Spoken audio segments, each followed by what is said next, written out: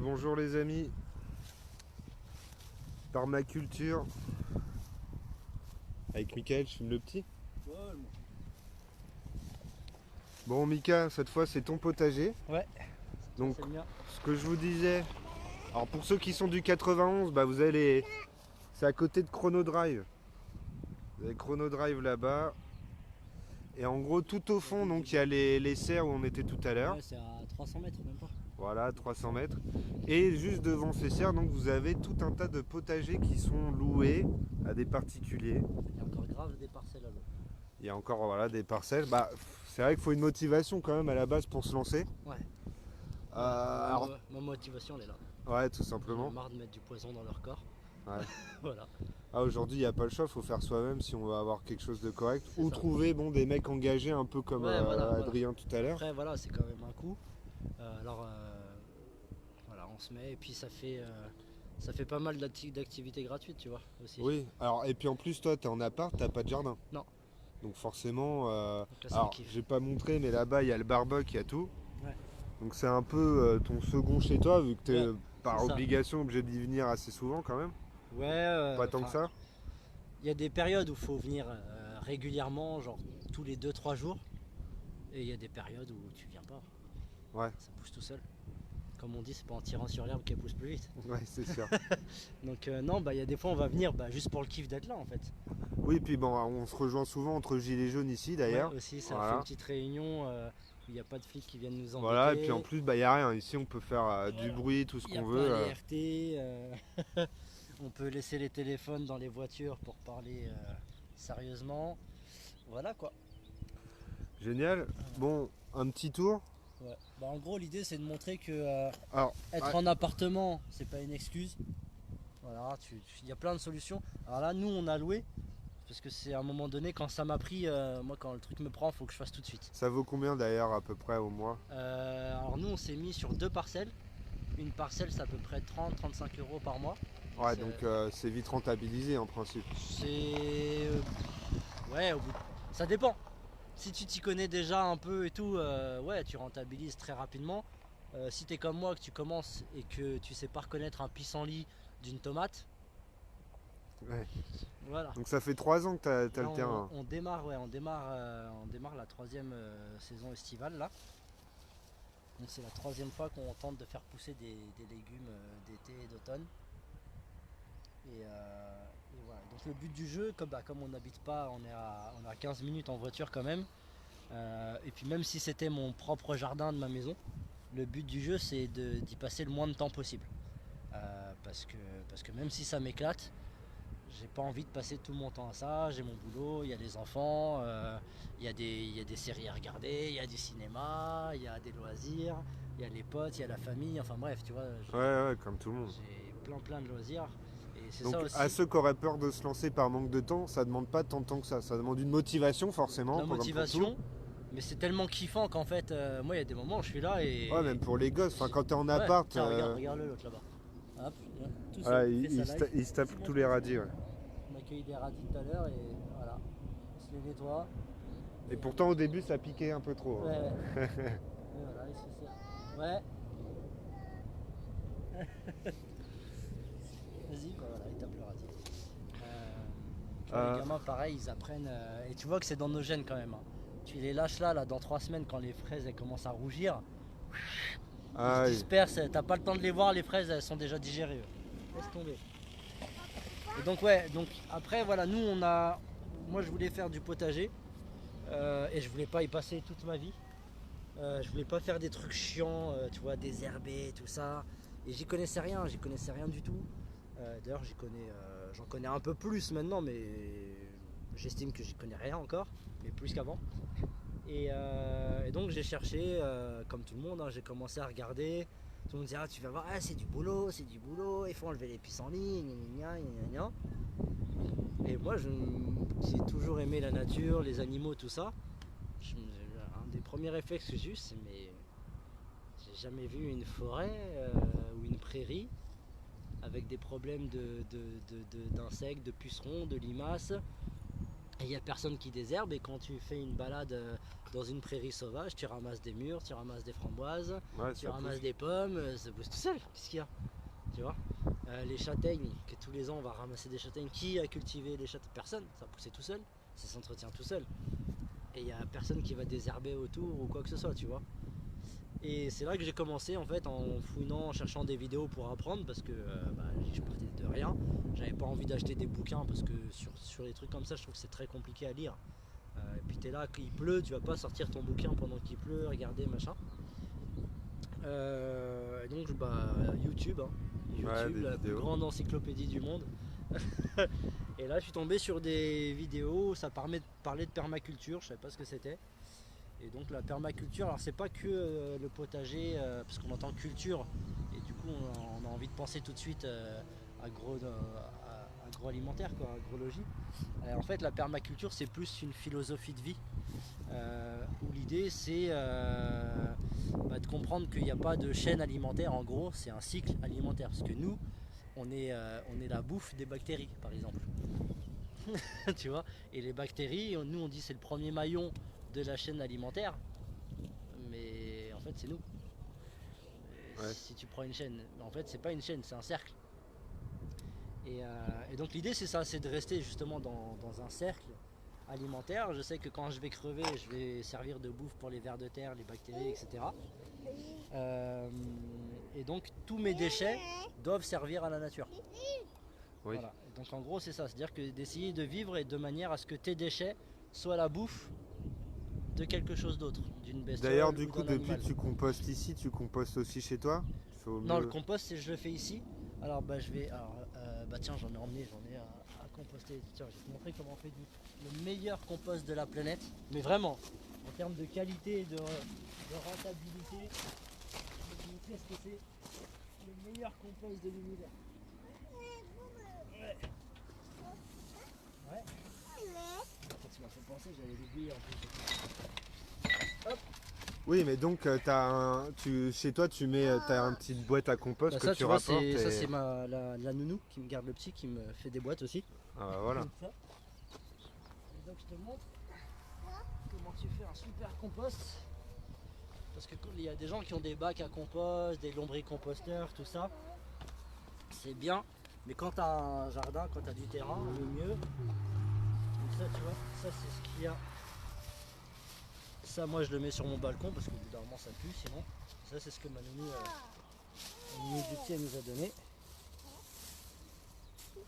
Et donc tu fais comme ça. Alors ça c'est un sac en truc de maïs, et tu vois c'est tellement biodégradable que le sac en moins d'une semaine donc j'ai même pas besoin de l'enlever.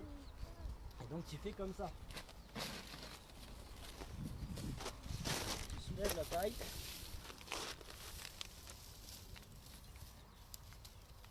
Hop.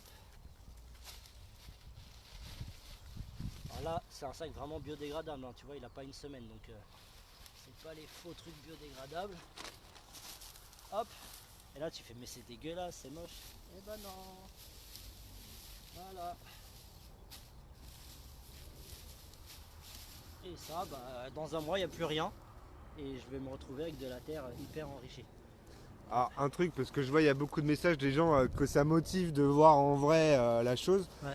On précise, toi, tu l'as fait en partenariat avec des amis, Ouais. tu m'avais dit. Ah ouais, donc vous êtes plusieurs. on a pris 2 parcelles. Donc là, on a 240 mètres carrés. Et on est 3 dessus. Comme ça, on partage le loyer, donc ça nous revient à moins de 20 euros par mois. Ouais, donc final. c'est vraiment tout bénef, quoi. Et puis ça permet, quand il y en a un qui est en vacances, il y a les autres qui sont là pour. Parce que quand tu pars en vacances l'été, les trucs ils pourrissent sur pied, quoi, au bout d'un moment. Donc il y a toujours quelqu'un pour récolter, que ça pourrisse pas. Mettre un petit coup d'arrosage quand il y a besoin. Voilà. Bon, Et puis et c'est donc, sympa aussi. pour ceux qui connaissent pas, on fait peut-être un petit tour, la permaculture, parce que comme ça, le profane, j'ai envie de dire, il va te dire, c'est le bordel. Ouais, Hein, on est d'accord. c'est ça qui est bon. Voilà. Donc par exemple là, donc encore une fois, hein, permaculture c'est pas que un style de cultiver, c'est le fait d'essayer de pas que tes déchets soient réutilisables par d'autres organismes. Justement, donc tes déchets deviennent la bouffe des autres. Voilà. Alors pourquoi tu fais du compost comme ça par exemple? Parce que quand tu fais un bac de compost, tout ça à un moment donné ça fait du jus, ça fait du liquide. Et il se perd sous le bac à compost là où tu fais pas pousser. Alors que c'est limite la partie qui enrichit le plus. Hop, du maracafé, ça c'est un super engrais. Ça je sais pas s'il est biodégradable donc on va le mettre à la poubelle. Voilà. Voilà. Et pour l'esthétique, hop. Voilà. Alors la paille à la base elle n'est pas là pour l'esthétique, elle est là pour éviter l'évaporation de l'eau. Ça empêche le sol de geler et ça fait que les vers de terre en fait ils font beaucoup plus d'allers-retours et c'est eux qui me labourent le sol. Donc je veux pas perdre de temps, je veux pas me casser le dos, donc je laisse les vers de terre labourer. En plus en termes de SMIC horaire ils sont à 0 € et ils taffent 24-24, 16 sur 7, c'est mieux qu'un chinois. Hop là, voilà. Et donc là l'engrais il est directement au pied de la plante. Ça m'a coûté 0 temps quasiment. Et là 100% du truc va servir à la plante. J'ai pas besoin de faire un bac à engrais, d'aller le retourner, faire gaffe qu'il soit pas trop au soleil. Ça me prend pas de la place pour rien. Voilà, tu fais comme ça, c'est rapide, il n'y a pas plus efficace. Et donc ouais, on dirait que c'est le bordel. Alors, pourquoi tu fais comme ça? Bah tu perds pas de temps. Déjà. Donc à la base tu as des buts, là on les voit peut-être pas bien à la caméra, mais si il y a vraiment des chemins et des buts partout. Voilà, tac tac, petite hauteur. Donc des buts avec tout ce qui va bien dedans, du bois, des... Ouais. T'as pris quelle manière de faire les buts? Parce que si tu regardes sur internet justement il y a plein de 1000 manières. Voilà. Alors on a essayé de faire celle où on met de la terre au fond, du bois au fond et recouvrir. Et en fait en une journée on a fait ça. À 4. Ok, donc ouais, 3 mètres quoi. Framboisier. Du coup on a dit la misère, sa mère, ça casse les couilles. Donc on a fait des buts juste la terre, on a creusé et boum. Mais t'es pas obligé de faire des buts comme ça. Nous on l'a fait à cause du chien et des enfants. Ça fait que du coup les enfants ils vont jamais marcher. Là où donc on peut les lâcher en liberté, ils vont marcher naturellement dans les chemins. T'es pas en mode paranoïaque toutes les 2 secondes en hypervigilance. Non fais pas ci, non fais pas ça. Parce que l'idée quand tu viens au potager faire un pique-nique, un barbecue, c'est que les enfants aient pu jouer tranquillement et que tu puisses discuter entre adultes, pépère, pas à surveiller ou quoi que ce soit, tu vois. C'est pour ça qu'on l'a fait. L'autre avantage, c'est qu'il y a des plantes qui n'aiment pas avoir trop les pieds dans l'eau l'hiver, tout ce qui est de l'ail par exemple, ça je l'ai appris après. Et bah du coup nous ça fait que notre ail il démarre vachement vite parce que ça draine, l'eau elle coule en fait. Voilà. L'inconvénient c'est que l'eau s'évapore plus vite. Et donc tu as intérêt de faire un bon paillage, 20-30 cm de paillage sur la butte et dans les allées. Donc la paille te sert à pas avoir besoin de labourer, à protéger ton sol, à le nourrir et à arroser le moins possible, voire quasiment pas. Ok. Alors attends, je monte quand même parce que alors ça c'est le potager Michael. Et c'est pour faire voir la différence avec les autres. Les autres ils sont on va dire en standard. Bon là il y a personne d'ailleurs, il y a une place libre là. Il y a un énorme artichaut là si vous le voyez. Voilà. Et donc pourquoi alors nous tu vois, donc on n'arrache pas les mauvaises herbes parce qu'en permaculture, tu es dans le respect de la nature, etc. Il n'y a pas de mauvaises herbes. C'est un concept qui n'existe pas. Parce que ça, par exemple, donc là c'est du pissenlit. Alors déjà ça se mange.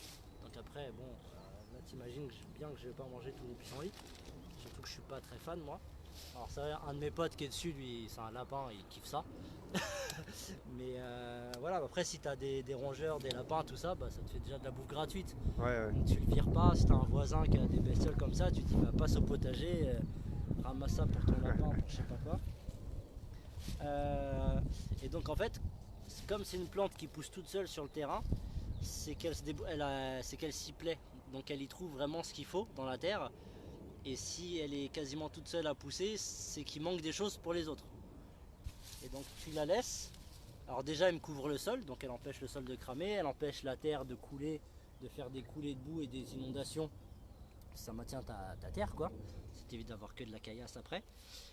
Et si elle me gêne, par exemple comme on est plusieurs à cultiver et qu'on se fait pas chier à mettre des étiquettes, j'ai planté ça là, j'ai planté ça là, et ben on enlève un pissenlit et je plante là.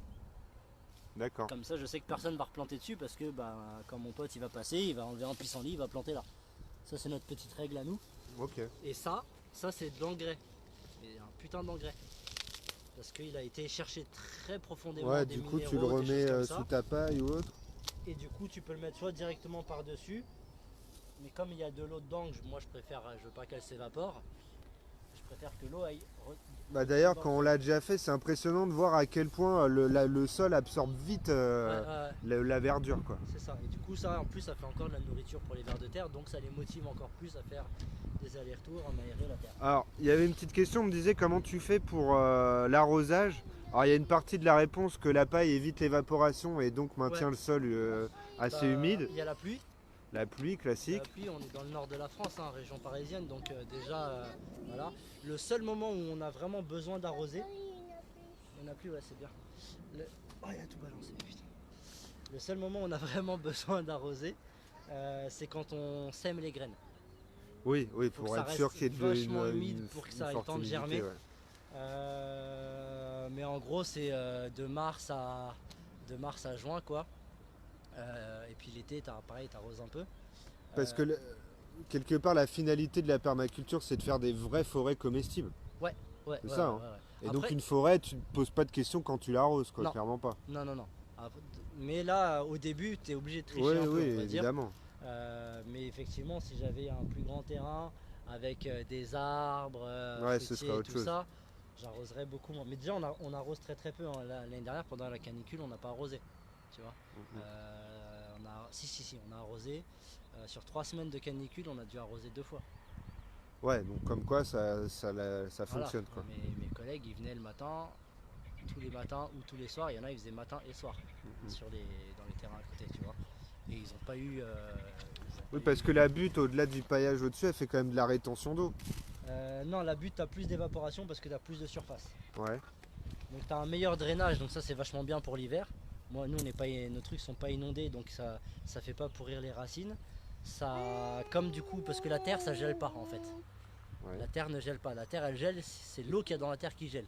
Du coup, nous, l'hiver, on n'a pas, le sol ne gèle pas. Donc ça tue pas les racines. Et du coup, on a par exemple nos framboisiers qui redémarrent beaucoup plus vite que là où c'est pas en butte, par exemple. Ouais. Pour donner un ordre d'idée. Donc, autre raison de ne pas enlever ce qu'on appelle les mauvaises herbes, c'est par exemple, tu vois, ça, c'est censé être une mauvaise herbe. Mais tiens, approche-toi. Je sais pas si on va voir. Tous les petits points noirs là, c'est des espèces de pucerons ou de je sais pas quoi. D'accord.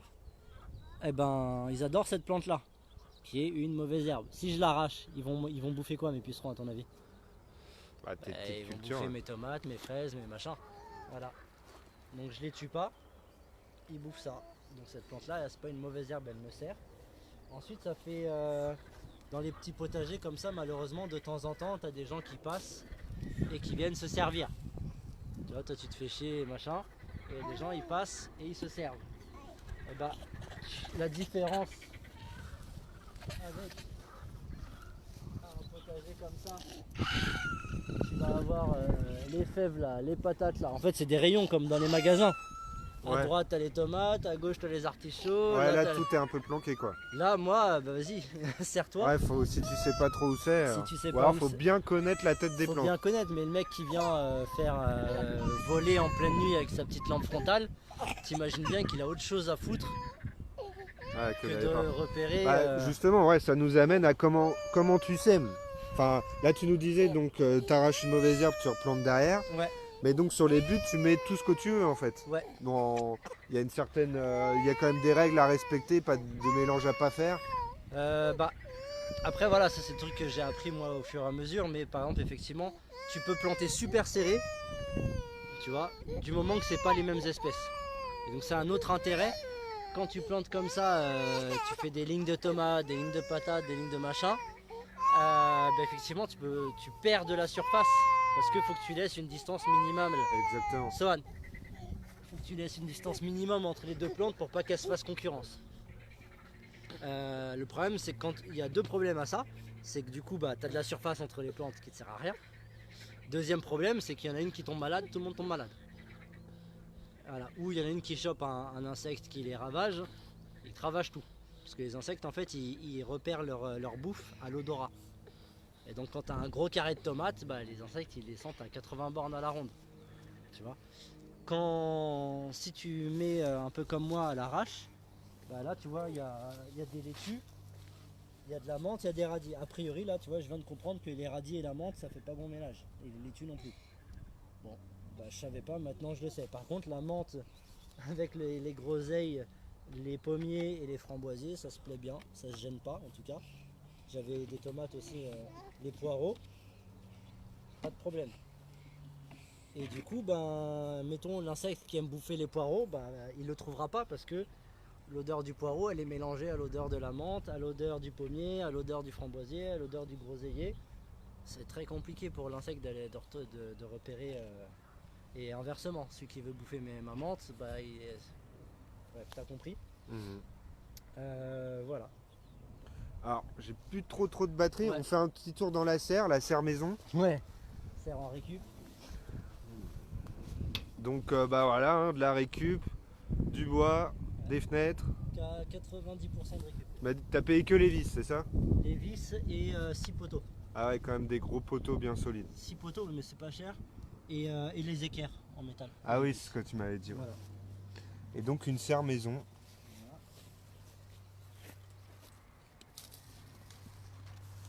Ah oui, on nous demandait aussi le petit étang.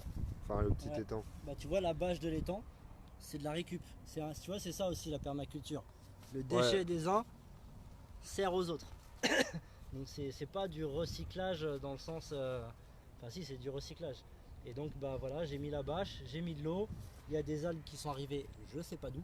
Il y a des grenouilles qui sont arrivées, je sais pas d'où. À cause de la mare, on a eu des problèmes de moustiques. Donc là, j'ai rajouté 20 poissons rouges pour Ouais. bouffer les moustiques.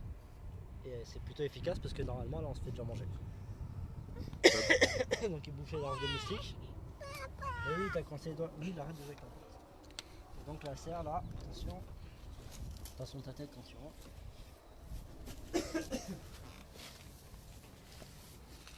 Voilà. Et donc là, t'as 50 000 plantes mélangées en même temps. Donc t'as un peu de la même Donc espèce. t'as une butte là aussi. Hein. Ouais, alors ça c'est une butte, c'est que du fumier. Ah ouais, donc 100% fumier, il n'y a pas de terre. Il y a de la terre tout en bas quoi, mais, voilà. Et tu vois là, ben, il y a trop de plantes de la même espèce. Du coup, bah, il y en a une qui a chopé des pucerons, et ben, elle a contaminé tout le monde. ah oui. Tu vois. Mais tu vois, les pucerons ils aiment pas les patates. Donc les patates font quand même barrage. Tu vois bien que celle-là elle est complètement ravagée. Mais que les autres elles sont un peu parce que ils ont du mal à passer les patates. Et donc bah les mecs qui cultivent à côté en mode commercial, ils m'ont filé des trucs bio. Donc c'est des insectes, des acariens qui vont aller manger, contaminer les pucerons. Comme ça, pas de produits chimiques. Voilà, voilà. Ouais, donc en principe, la permaculture, pas besoin de produits, mais au pire, un peu de bio de temps en temps. Ouais, bah oui, ça c'est un insecte en fait. Ouais, ouais. Donc l'idée c'est de retrouver une fois que tu as ce qu'ils appellent un terrain équilibré, t'as pas besoin de traiter quoi que ce soit. Tu auras toujours des limaces, tu auras toujours etc. Mais tu as un équilibre entre l'insecte qui pourrait t'embêter s'il est trop nombreux et son prédateur. Tu vois, là il y a des problèmes de moustiques. Les moustiques, il y en aura toujours. Mais entre se faire avoir 2 piqûres sur le bras le soir et avoir le corps rempli de boutons, il y a un monde. Les limaces, c'est pareil. Là, j'ai traité un tout petit peu, mais je veux pas les exterminer. Donc, j'aurai toujours des trucs qui vont se faire croquer. Mais c'est pas grave, parce qu'en plus, la limace, elle a son utilité dans le potager. Elle est problématique quand elle est vraiment en surpeuplée. Voilà. Et c'est pareil, les pucerons, ils ont leur utilité. Tout. Ouais, le but c'est de trouver les bonnes combinaisons qui feront que. En fait, une fois que c'est équilibré, Ouais, t'as pu. tu auras une population stable, t'auras des bestioles qui vont stabiliser ta population de limaces, ça va. Tu auras des bestioles qui vont stabiliser ta population de pucerons, ça va. Donc tu en auras, mais le puceron il sert à quelque chose, il va nourrir une autre bestiole, cette autre bestiole, ses excréments, ils te font de l'engrais, et ainsi de suite en fait. Et c'est ce qui fait que et plus tu laisses l'équilibre, et moins tu as besoin de faire. La seule chose que tu vas avoir à faire, c'est cueillir, récolter, et semer les plantes annuelles. Les plantes qui supportent pas le climat de toute l'année. Par exemple les tomates, tu es obligé de les replanter tous les ans. Oui. En France. Mais si tu habites dans un pays tropical, ton pied de tomate il dure entre 4 et 20 ans. Tu vois. Donc c'est juste que nous il fait trop froid, passer 6 degrés, elle meurt en dessous de 6 degrés. Les tomates, les courges, tous ces trucs là. Voilà. Mais les pommes de terre par exemple, tu peux en avoir toute l'année. Ça pousse très vite, très fort l'été. Mais moi là au mois de mars j'ai récolté des pommes de terre qui avaient poussé cet hiver. Ouais. Tu vois. Et ça c'est l'autre intérêt de ne pas labourer, c'est que je vais récolter mes pommes de terre et il va en rester tout le temps en fait dans le sol. Et donc j'aurai plus besoin de me casser le dos à aller remettre des pommes de terre dans la terre. Eh oui. Ouais, Forcément. comme les radis que j'ai cueillis tout à l'heure. Ouais. J'en avais planté des graines l'année dernière. J'ai récolté quelques radis. Il y en a d'autres que j'ai laissés. Ça a fait des graines de radis. Elles sont tombées sur le sol. Et donc là, j'ai plus qu'à ramasser les radis une fois poussés. Je m'en suis pas occupé. Je les ai pas plantés. J'ai pas travaillé le sol. Je les ai pas arrosés. J'ai pas désherbé. Rien. Walou. Voilà. Super. La flemme. Allez, comme ça. Bon voilà les amis, vous aurez vu le potager en permaculture. Allez voir les chaînes YouTube. Il y a deux chaînes vachement sympas. C'est Damien Descartes, sa chaîne c'est permaculture et agroécologie. Ouais. Et une autre chaîne qui est vachement sympa, c'est le potager du feignant. Le mec des fois il te fait des vidéos de 3 heures, il fait voilà, alors aujourd'hui je fais du potager et il est assis sur sa chaise longue et il fout rien. Et il t'explique, voilà, c'est génial. Voilà. Moi j'adore le potager du feignant, vraiment bien parce que la nature elle n'a pas attendu l'homme hein, pour pousser. C'est clair. Voilà. Bon bah super, bah on te remercie, c'était top. Eh ben, Bon il y avait l'aspect aussi des semences, évidemment les semences. ah oui, surtout pas des semences F1, ni Voilà. des semences ni des plants. N'achetez rien où il y a écrit F1. Alors pourquoi F1 c'est génial, hein. La plante est résistante, elle pousse super vite, elle est hyper C'est productive, génétiquement modifié. elle résiste aux intempéries, elle résiste aux insectes, elle résiste aux maladies. Sauf que, mettons que tu as acheté une tomate F1, donc tout est bien magnifique, tu cueilles, tu manges et tu dis je vais pas racheter des graines, ça coûte super cher.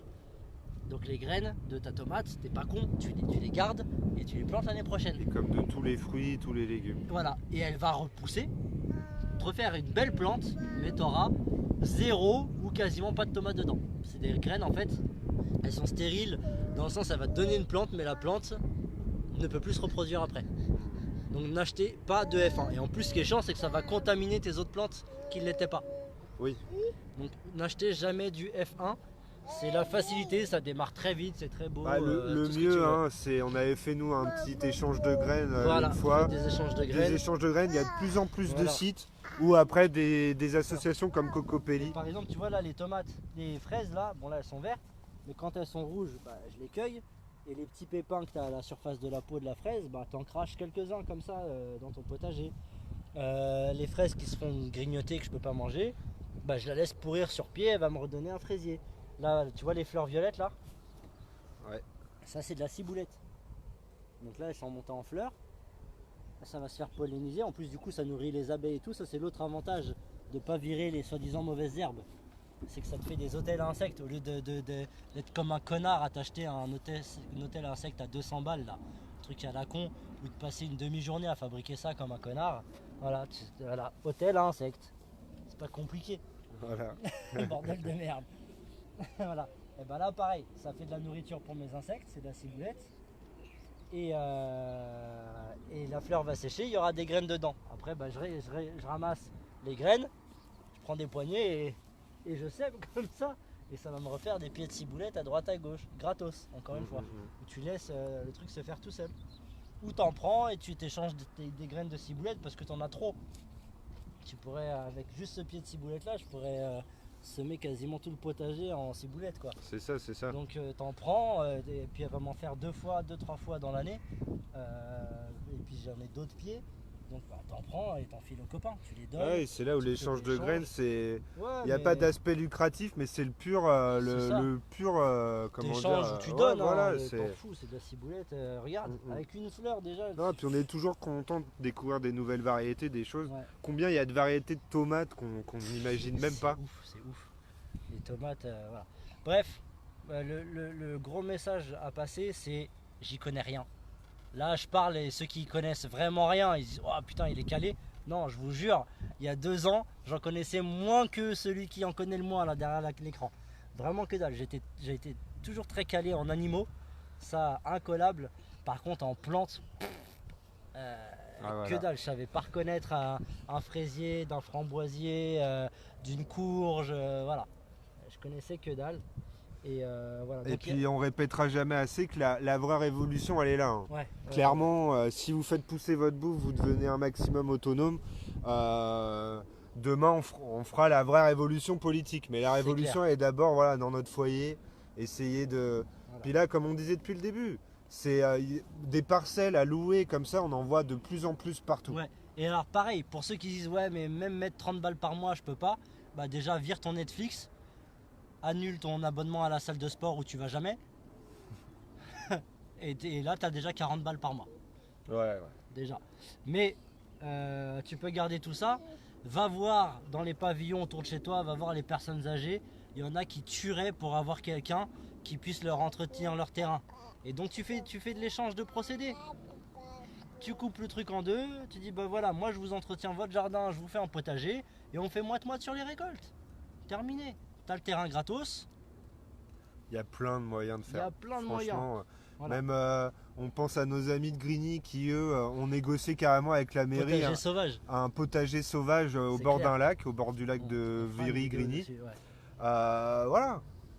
Et après, il y a 1000 moyens. Après pareil, hein, encore un autre moyen. Dans toutes les villes, il y a des espaces verts.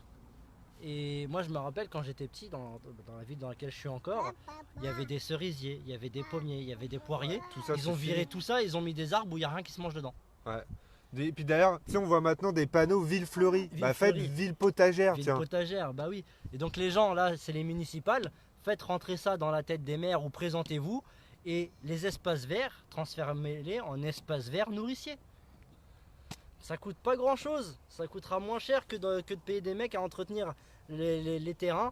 Et en plus les mecs des espaces verts, c'est un kiff pour eux de faire pousser des vrais trucs. C'est vrai. Ils kifferont plutôt que d'aller tous les 3 mois virer les fleurs qu'ils ont mis pour les remplacer par d'autres qui vont crever et ainsi de suite. C'est un travail bâtard. Alors que là, voilà, et ça n'empêche pas, ça n'empêche pas de mettre des fleurs, des roses et tout. Parce que tu peux faire pousser tes tomates à côté de tes rosiers, c'est pas un problème. C'est le principe. L'un n'empêche pas l'autre. L'esthétique, voilà, on veut tout le temps opposer le pratique, le pragmatique à l'esthétisme. Non. Et puis regarde la ciboulette, excuse-moi, regarde, c'est magnifique. Ouais, c'est super beau. Tu peux passer, c'est une allée là.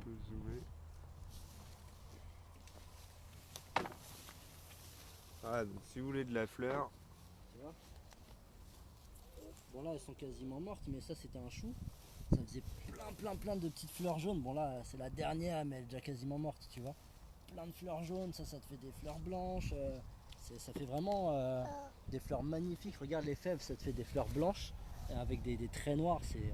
Tu croirais une espèce d'orchidée chelou. Enfin bref. Donc le côté esthétique, beau, fleuri n'empêche pas que... de toute façon, tout ce qui produit de la bouffe, ça fait des fleurs. Automatiquement, quasiment. Ouais, bah. Si, tout ce qui fait de la bouffe fait des fleurs, il me semble. Je dis pas de conneries. Je réfléchis. Et si, il me semble que quasiment tout fait des fleurs. Tout n'a pas besoin d'être pollinisé pour pousser, mais tout fait des fleurs en fait. Quasiment. Les haricots, les fleurs de haricots, t'as vu tout à l'heure là-bas, c'est magnifique. Ça te fait des trucs violets, roses, avec des formes. Voilà. Peut-être même que les fleurs sont comestibles en elles-mêmes d'ailleurs. Ah, il y en a plein, les fleurs de courge, de courgettes, tout ça, c'est comestible. Et même les pissenlits, enfin bref. Donc voilà. Ok, bah on te remercie encore. Bah merci. On vous dit à la prochaine les amis. Et on lâche rien. Investissez les gens. Et d'ailleurs, on en reparlera, mais prochain objectif, les municipales. Ouais. Et là c'est le moment de faire des choses comme ça et de réhabiliter entre guillemets Moi, circonscriptions. Je vois dans plein de villes, ils font des épiceries sociales. Génial. Ouais. Mais si c'est pour donner de la bouffe pour chat aux gens, c'est pas la peine, tu vois. Donc venez les gens, dans les villes, on fait des espaces verts nourriciers. Et puis tout ou partie de la récolte, c'est pour les épiceries sociales. Pourquoi les pauvres, les plus pauvres, devraient manger la pire merde qui existe?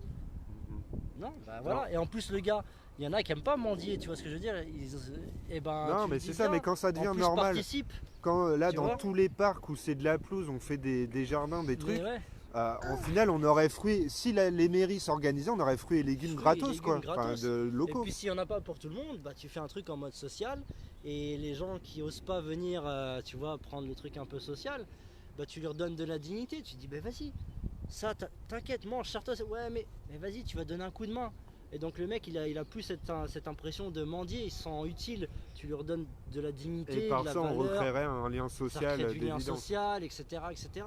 Mm, Tu le rapproches de la nature, tout quoi. Enfin, moi depuis que j'ai le potager, quand il se met à pleuvoir, tu vois, genre au mois de mai, la plupart des gens ils sont dégoûtés. Et moi je kiffe. Parce que je pense, ça arrose mon potager. Bah oui, oui, C'est oui. gratos et je perds pas de temps. Tu vois, et ça te remet comme ça au niveau de la nature quoi. C'est génial, franchement c'est une autre vie. Et je vis dans un appartement, dans une cité. Tu vois le truc. Donc il n'y a pas d'excuse. Voilà, Aucune excuse. juste de la motivation. L'argent, c'est pas une excuse. Le temps, ça t'en prend un peu. Bah, au pire, au lieu de regarder 3 épisodes de Game of Thrones à la suite, t'en regardes qu'un. Un par jour, enfin, tu vois ce que je veux dire. Tu passes un peu moins de temps sur Facebook, même s'il y a pas mal d'infos intéressantes. Hein, mais ceux qui me connaissent, vous imaginez bien que j'y suis un peu aussi. Mais voilà, il n'y a aucune excuse. Franchement, t'as pas d'excuse. Si ouais, pas d'argent pour louer, va trouver quelqu'un. Il y a plein de personnes âgées ou même pas âgées, hein. Des gens ils ont juste pas envie, pas le temps, plein de croyances limitantes. Bah vas-y, t'as un jardin de 200 mètres carrés, combien tu fais potager? On fait moite-moite. T'as besoin tu veux manger des œufs bio avec des poules bien élevées en plein air, tout ça. Trouve quelqu'un qui a un jardin si t'en as pas, tu mets des poules dedans, t'achètes 4 poules, t'en offres 2 à la personne qui a le terrain pour Bah, c'est ça ça. sert de loyer. T'achètes 2 poules dans le terrain, bon faut quand même qu'elles aient de l'espace, mais c'est Ouais, 10 ouais. œufs à la semaine quoi, tu vois. Ouais, c'est À peu en près moyenne un œuf par jour. ouais voilà. En moyenne, ouais. Donc, Bon voilà, bah on en revient à ce qu'on dit souvent, montez des équipes bande de glands des équipes. et faites des pousser votre équipes. bouffe. Voilà. Ou alors tu prends des terrains sauvages et tu fais ton truc, tu demandes rien à personne. En plus tu peux, Voilà. voilà. Aussi, tu peux faire ça. Allez, à plus tard les amis. Lâche rien.